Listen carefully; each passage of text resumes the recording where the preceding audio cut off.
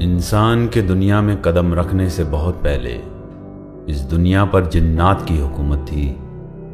وہ اس دنیا میں اللہ کے خلیفہ تھے۔ ان کی خلقت آگ سے ہوئی مگر وہ آگ نہیں تھے، بالکل ایسے ہی جیسے انسان کی خلقت مٹی سے ہوئی مگر وہ مٹی نہیں ہے۔ انسان کی طرح ان کو بھی یہ اختیار دیا گیا کہ صحیح اور غلط کا تعین کر سکیں۔ جنات کی اکثریت نے بغاوت کی اور ظلم و جور کا راستہ اپنایا۔ دنیا میں ہر طرف قتل و غارت پھیل گئی۔ ان میں ایک جن بالکل منفرد تھا۔ اس کے زہد کی وجہ سے اس کو ملائکہ کے درمیان جگہ دی گئی۔ یہ ابلیس تھا۔ پھر جب زمین پر صورتحال بہت ہیبت ناک ہو گئی تو اللہ نے جنات کو تباہ کرنے کے لیے فرشتے بھیجے۔ اس بات پر اتفاق نہیں کہ ابلیس ان فرشتوں کا سردار تھا یا اسے جنگ کے بعد اللہ کے حضور پیش کیا گیا، لیکن قرآن صرف اس بات کی تصدیق کرتا ہے کہ وہ ایک جن ہے جسے مقرب فرشتوں کا رتبہ ملا تھا۔ وہ تمام مخلوقات جنہیں اللہ کا قرب حاصل تھا، ان میں صرف ابلیس کو یہ اختیار تھا کہ وہ حق و باطل میں سے جو چاہے چن لے۔ جنات کی شکست کے بعد ابلیس نے یہ موقع دیکھا کہ وہ دنیا پر اپنی خلافت قائم کر لے۔ صرف اللہ کو اس کے دل کے فطور کا حال معلوم تھا۔ اللہ کے قانون کے مطابق سزا سوچ پر نہیں، عمل پر ہے، بس اس کا امتحان میں ڈالا جانا ناگزیر قرار پایا۔ امتحان نامتوقع طور پہ آیا۔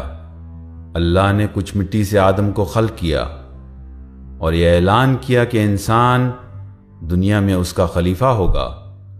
فرشتوں کی سمجھ سے باہر تھا کہ اللہ ایک نیا خلیفہ کیوں کر بنانا چاہتا ہے، جبکہ پرانے کو ایک عظیم جنگ کے بعد ہٹایا تھا۔ اللہ نے فرشتوں سے کہا، جو میں جانتا ہوں تم نہیں جانتے۔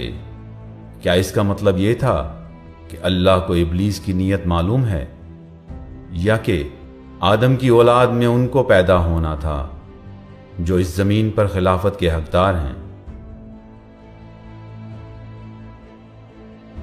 شاید دونوں ہی باتیں تھیں۔ اللہ نے ابلیس اور فرشتوں کو آدم کے سامنے جھکنے کا کہا۔ سارے فرشتے حکم بجا لائے، مگر ابلیس نے یہ کہتے ہوئے حکم عدولی کی کہ میں تو اس سے افضل ہوں، تو نے مجھے آگ سے پیدا کیا اور اس کو مٹی سے۔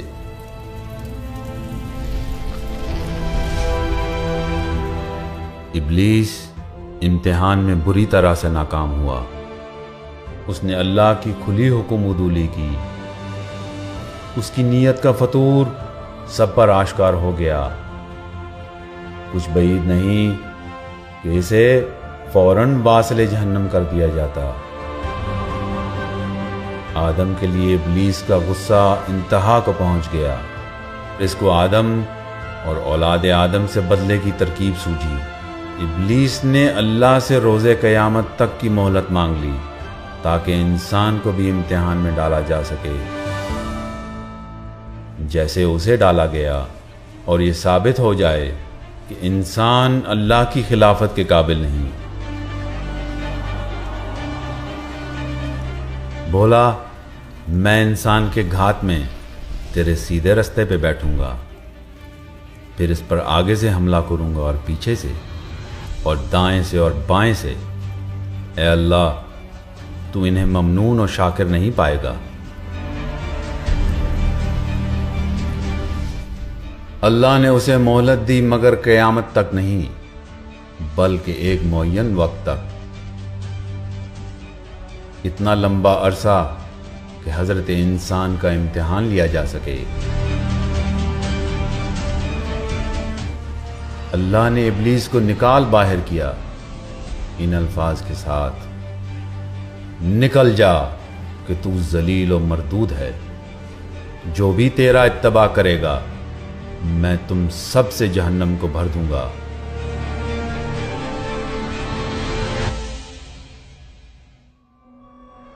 اللہ ان سب کو ابلیس کے ساتھ جہنم میں جھونک دے گا جو اس امتحان میں ناکام ہوں گے، مگر اللہ نے انسان پر اعتماد کیا، اس بات پر کہ بنی نوع انسان میں ایسے لوگ بھی آئیں گے جنہیں ابلیس گمراہ نہ کر سکے گا۔ انسان کی مدد کے لیے ہادی ہوں گے جو انہیں سیدھا راستہ دکھائیں گے، جبکہ ابلیس انہیں بھٹکانے کی کوشش میں رہے گا، یہاں تک کہ وہ آخری مارکا ہوگا جو ابلیس اور آخری ہادی امام مہدی علیہ السلام کے درمیان ہوگا۔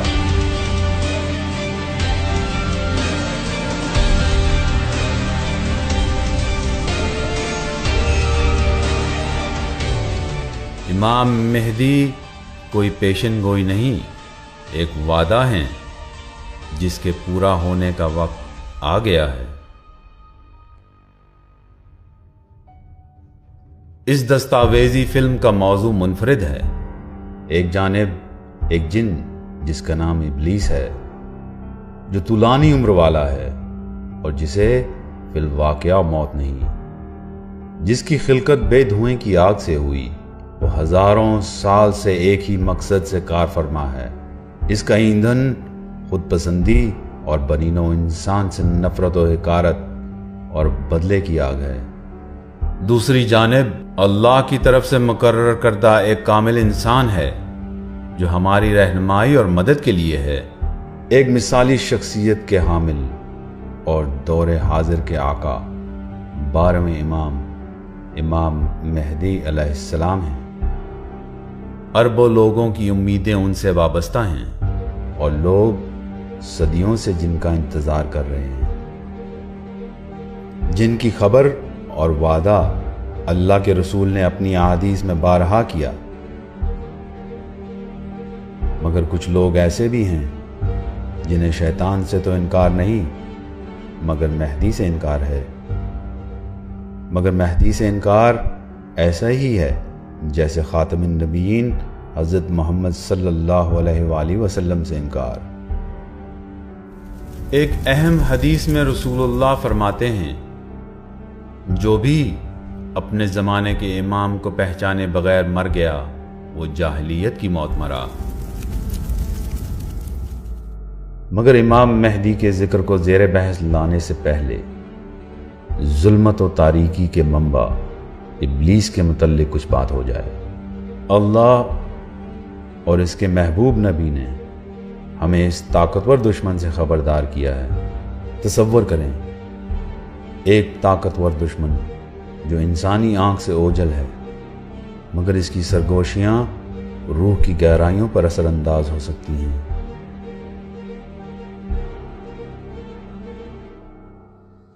ایک ایسا دشمن جس کی عمر بنی نوع انسان سے بھی طویل ہو، یہ ہے ابلیس، ہمارا اور آپ کا کھلا دشمن۔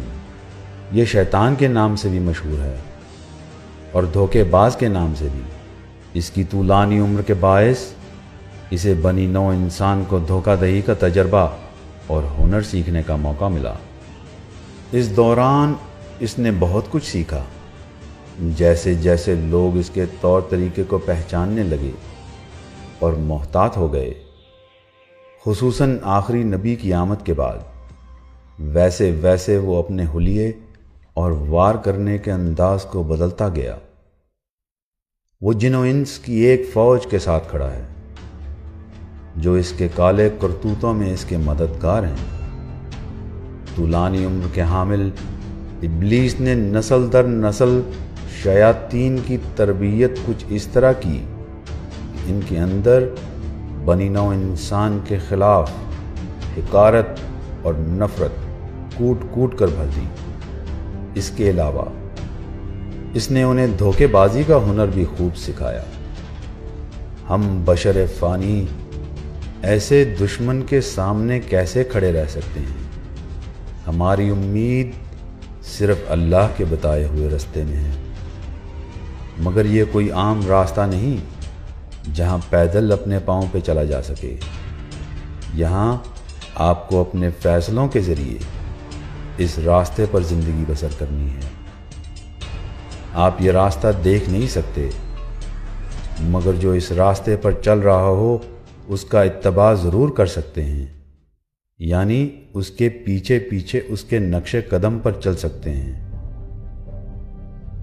شاید اسی لیے خدا اور اس کے رسول نے شب و روز پنجگانہ نمازوں میں ہر رکعت میں دن میں 17 دفعہ یہ واجب کر دیا کہ ہم یہ دعا کریں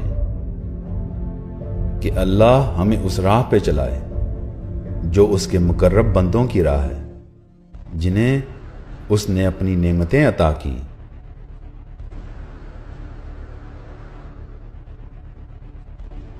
ہاں، سورہ الحمد میں ہم یہی تو کہتے ہیں، ہمیں سیدھی راہ چلا، ان لوگوں کی راہ جن پر تو اپنا فضل و کرم کرتا رہا، نہ کہ ان لوگوں کی راہ جن پر تیرا غضب نازل ہوا، اور نہ گمراہوں کی راہ۔ دو ہی راستے ہیں، یا تو ہم ابلیس کے پیچھے چلیں یا ان کے پیچھے جو ہدایت یافتہ ہیں، اور وہ ایسے راستے پہ ہیں جو اللہ کی طرف لے جاتا ہے۔ ہم جس کی اتباع کرتے ہیں یا جس کے پیچھے چلتے ہیں وہی ہمارا امام ہے۔ امام یا ہادی کی اتباع اللہ کے رسول کے پیش کردہ اہم نظریات میں سے ایک نظریہ ہے۔ یہ اتنا اہم ہے کہ سارے اسلامی مکاتب فکر میں اس حدیث کی روایت ملتی ہے، مگر افسوس اتنی مدلل اور صحیح حدیث ہونے کے باوجود امت نے اسے نظر انداز کیا۔ رسول اللہ کی اس حدیث کو نظر انداز کر کے ہم نے اپنے ایمان کو داؤ پر لگا دیا۔ اتنی اہمیت کی حامل وہ حدیث کیا ہے کہ جس کی روایت مسند ابن حنبل اور دوسری احادیث کی کتابوں میں ملتی ہے۔ وہ حدیث یہ ہے، جو بھی اپنے زمانے کے امام کو پہچانے بغیر مر گیا وہ جاہلیت کی موت مرا۔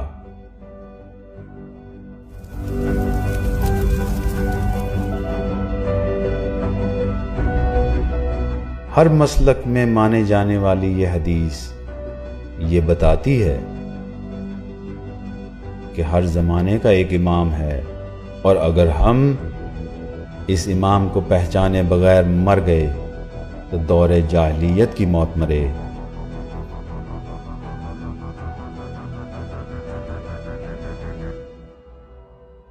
یہ دور جاہلیت کیا ہے؟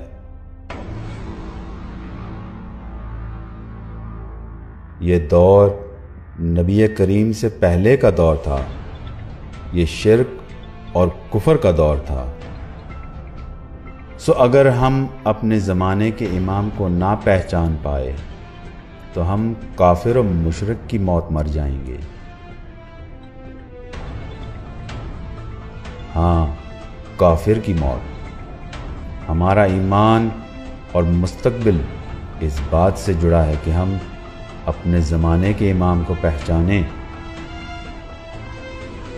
تو ہمارے وقت کا امام کون ہے؟ ہم اور آپ کس کی اتباع کریں؟ کسی کے پیچھے چلنے کے لیے اس کا ہم عصر ہونا ضروری ہے۔ ہم ماضی میں کسی کی تعلیمات پر عمل تو کر سکتے ہیں، مگر اس کے پیچھے چل نہیں سکتے۔ ہمارے زمانے کا امام ہمارے ہی دور میں زندگی بسر کرتا ہے، اسی لیے وہ امام وقت یا زمانے کا امام کہلاتا ہے۔ ہر دور میں ابلیس اس زمانے کے امام یا نبی سے لڑتا ہے، آدم کے دور میں وہ آدم سے لڑا، ابراہیم کے زمانے میں وہ حضرت ابراہیم سے لڑا۔ حضرت ابراہیم نبی بھی تھے اور امام بھی۔ آج بھی ہم منی میں شیطان کو کنکریاں مارتے ہیں، جو کہ مناسک حج میں سے ایک ہے۔ ابلیس امام کے خلاف جال بنتا ہے، اور ایسا کرتے ہوئے وہ آپ کے اور ہمارے خلاف جال پھیلاتا ہے۔ وقت کے امام اور ابلیس کے درمیان ایک مسلسل تگ و دو ہے۔ امام آپ کی رہنمائی کر کے آپ کو جنت لے جانا چاہتا ہے، اور ابلیس اپنے گر اور ہتھ کنڈے استعمال کرتے ہوئے دھوکے کے ذریعے تب تک آپ کو الجھن اور پریشانی میں ڈالتا ہے جب تک آپ تھک کر اس کے پیروکار نہ بن جائیں، یا کم از کم امام کو چھوڑ نہ دیں۔ ابلیس چاہتا ہے کہ آپ ہمیشہ ہمیشہ کے لیے جہنم کی آگ میں جلیں۔ اس کا پہلا ہدف آپ کو امام سے دور کرنا ہے۔ یہ کوئی حیران کن بات نہیں کہ صرف 72 افراد نے امام حسین کا ساتھ دیا۔ امام حسین اپنے زمانے کے امام تھے، جبکہ امت میں سے بہت سو نے حاکم وقت یزید کا ساتھ دیا۔ اس سے ثابت ہوا کہ یہ ضروری نہیں کہ حاکم وقت ہی امام وقت ہو۔ سچ امام کا ہتھیار ہے۔ امام ابلیس کے بنائے ہوئے سیراب اور دھوکے کو ان کی حقیقت کا آئینہ دکھاتا ہے۔ امام فریب کے طوفانوں کو ہٹا کر ہمیں سیدھا راستہ دکھاتا ہے، اور وہ ہر سطح پر کام کرتا ہے، ہمارے گھروں کے اندر بھی اور معاشرے میں بھی۔ امام کی ہر ممکنہ کوشش یہی ہے کہ انسانوں میں تفرقہ نہ پڑے،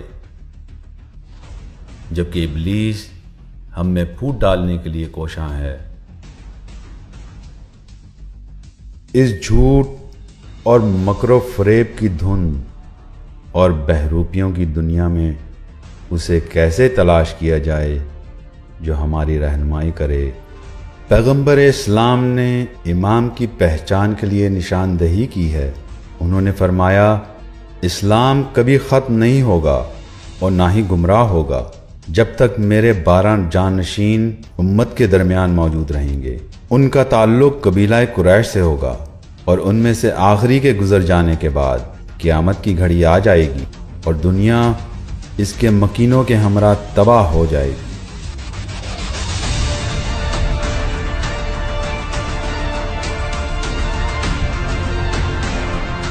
یہ وہ حدیث ہے کہ جس کے مستند ہونے پر تمام مسالک کا اتفاق ہے۔ ایک حدیث میں پیغمبر اسلام نے ان 12 جانشینوں کے نام بھی لیے ہیں، اور ایک اور حدیث میں صرف چند کے، جیسے کہ یہ حدیث، میں تمام انبیاء کا سردار ہوں اور علی تمام جانشینوں کے سردار ہیں، اور میرے بعد 12 جانشین ہوں گے، جس میں پہلے علی اور آخری مہدی ہوں گے۔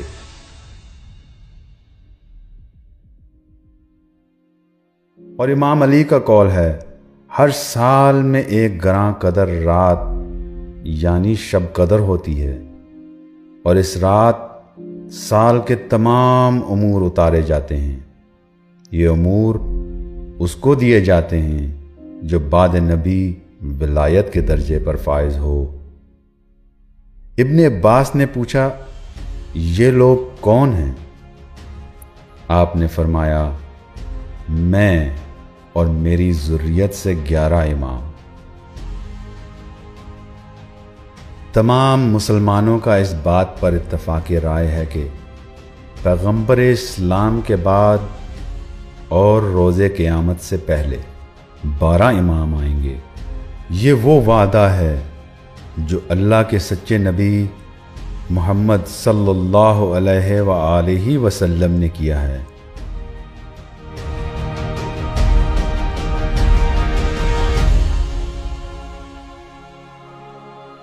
بعد پیغمبر 1400 سال اور 11 ائمہ کے گزر جانے کے بعد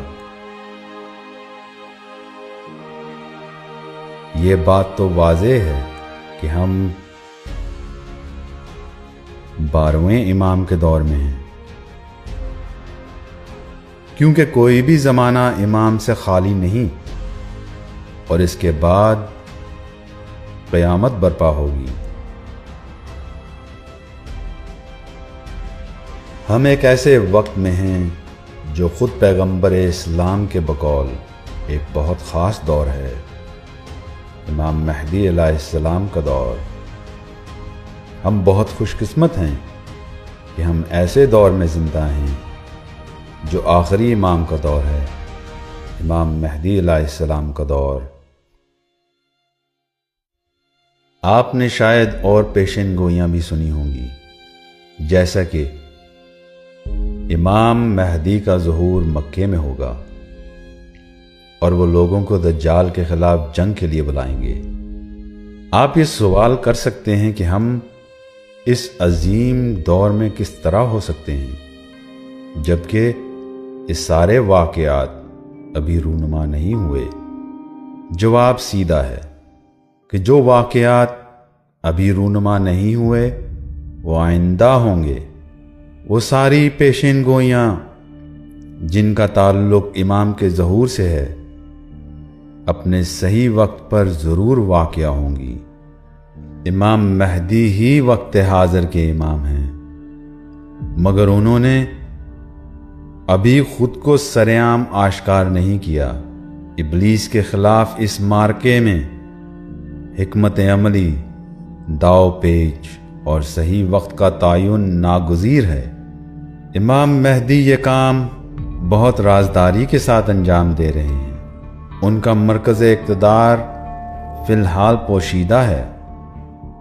وہ سفر کرتے ہیں اور لوگوں سے ملاقات بھی کرتے ہیں، مگر علل اعلان نہیں، کیونکہ وہ ایک قدیم دھوکے باز کے خلاف ایک عظیم جنگ لڑ رہے ہیں، اور اس کے بعد کوئی امام نہیں، بس روز قیامت ہے۔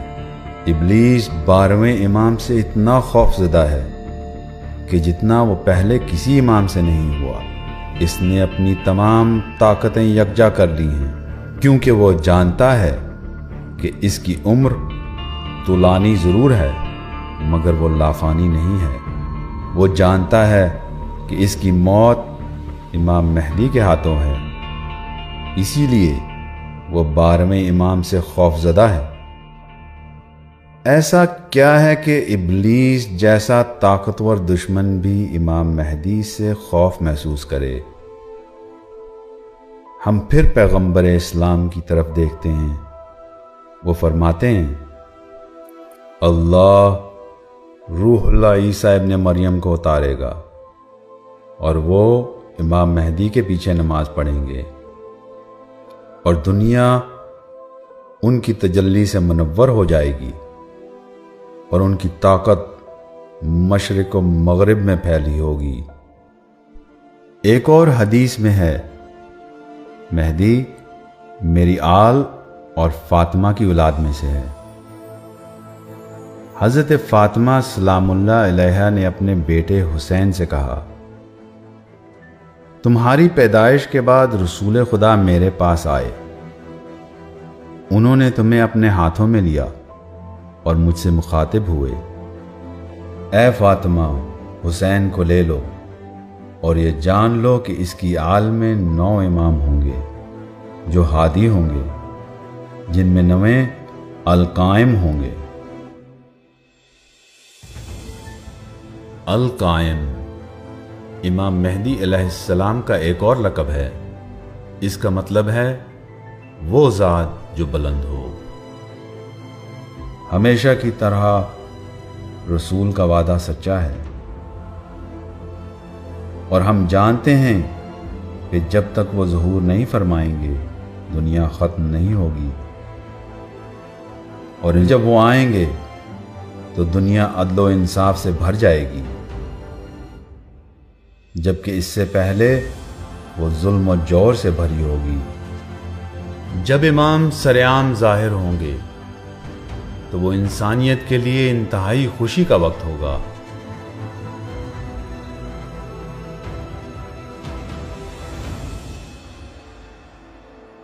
ہمارا دور بڑا اہم ہے۔ یہ ظہور کی تیاری کا وقت ہے۔ یہ وقت رشتے جوڑنے اور سنوارنے کا وقت ہے۔ ہم سب کو امام مہدی علیہ السلام کے ساتھ ساتھ ان کی سنہری حکومت کے قیام کی تیاری کرنی ہے، ایسے ہی جیسے امام اپنے ظہور کی تیاری کر رہے ہیں۔ اس دوران ہمیں چاہیے کہ ہم ان سے اپنا رابطہ قائم کریں، اور جب رابطہ قائم ہو جائے تو اسے مضبوط کریں، تاکہ وہ جب ہمیں اعلانیہ طور پر بلائیں تو ہم تیار ہوں۔ امام مہدی کا یہ سفر حضرت امام حسین کے کربلا کے سفر سے کم اہمیت کا حامل نہیں۔ کیا آپ 12ویں اور آخری امام کے سفر میں ان کا ساتھ دیں گے، یا آپ بھی ان لوگوں کی طرح ہو جائیں گے جنہوں نے امام حسین کے سفر کو نظر انداز کیا؟ آخری کھیل ابھی شروع نہیں ہوا، مگر مہرے اپنی اپنی جگہ لے رہے ہیں۔ ہمیں تو بس یہ خیال رکھنا ہے کہ آخری معرکہ شروع ہونے سے پہلے ہم امام کے ساتھ اپنی جگہ بنا لیں۔ شیطان یہ جانتا ہے اور وہ پہلے سے زیادہ سرگرم ہے۔ وہ چاہتا ہے کہ اپنے ہر حربے کو استعمال کرتے ہوئے امام کے ظہور کو مؤخر کر دے۔ ابلیس محسوس کر سکتا ہے کہ آخری معرکہ قریب ہے۔ وہ اپنے مکر و دغا کی ہر ترکیب لڑا رہا ہے کہ ہم اس کے پیروکار بن جائیں اور امام کے منصوبے پر پانی پھر جائے۔ ابلیس یہ جانتا ہے اگر امام اور ان کے حواریوں نے اسے اور اس کے پیروکار دجال کو اس معرکے میں شکست دے دی تو یہ اس کا خاتمہ ہوگا۔ دونوں طرف افواج اکٹھی ہو رہی ہیں۔ دجال اور ابلیس کے ساتھ جنات کی دنیا سے اور شیاطین بھی اس کے لشکر میں شامل ہو رہے ہیں۔ دوسری جانب امام مہدی کھڑے ہیں اچھے جنات کے ساتھ، کیونکہ مہدی جن و انس دونوں کے امام ہیں۔ یہ جانتے ہوئے کہ جنگ ناگزیر ہے، دو عظیم الشان لشکر مد مقابل ہیں۔ اس انتظار میں کہ پہل کون کرتا ہے، اس سے پہلے کہ حتمی جنگ شروع ہو، ہمیں بھی اپنا کردار ادا کرنا ہے۔ ہمیں صحیح سمت اور لشکر کا تعین کرنا ہے۔ جنگ ہوگی، معرکہ ہوگا، اور آخر کار امام مہدی فاتح ہوں گے، اور وہ سب جو امام کے مقابل خروج کریں گے انہیں شکست فاش ہوگی۔ ہر برے جن و انس کو، حتیٰ کہ ابلیس مردود کو بھی ہمیشہ ہمیشہ کے دردناک عذاب کا مزہ چکھنے کے لیے واصل جہنم کر دیا جائے گا۔ جنگ کے خاتمے اور ابلیس پر غلبے کے بعد ایک نئے دور کا آغاز ہوگا۔ امام مہدی کی حکومت امن، سچ اور بلا نفاق کے اسلام کی فتح ہوگی۔ آگ سے بنے جن جو کانوں میں سرگوشیاں کرتے ہیں اور گناہ پر اکساتے ہیں ختم ہو جائیں گے۔ گناہ کا وجود ہوگا، مگر حتی الامکان امن، عدل اور پر اطمینان زندگی ہوگی۔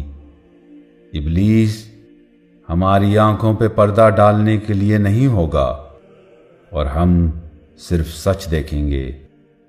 رسول خدا کی بہت سی احادیث اور فرمان امت کے اس سنہری دور کی عکاسی کرتے ہیں۔ یہی مستقبل ہے، مگر فی الحال ابلیس ہمارے درمیان ہے اور امام بھی۔ یہ تاریخی دور ہے اور ہم اس جد و جہد کا حصہ ہیں۔ ہمیں متحد ہونا ہے امام کے ظہور کے حالات سازگار کرنے کے لیے۔ یاد رہے، یہ وقت امام کے وجود کو دنیا میں محسوس کرنے کا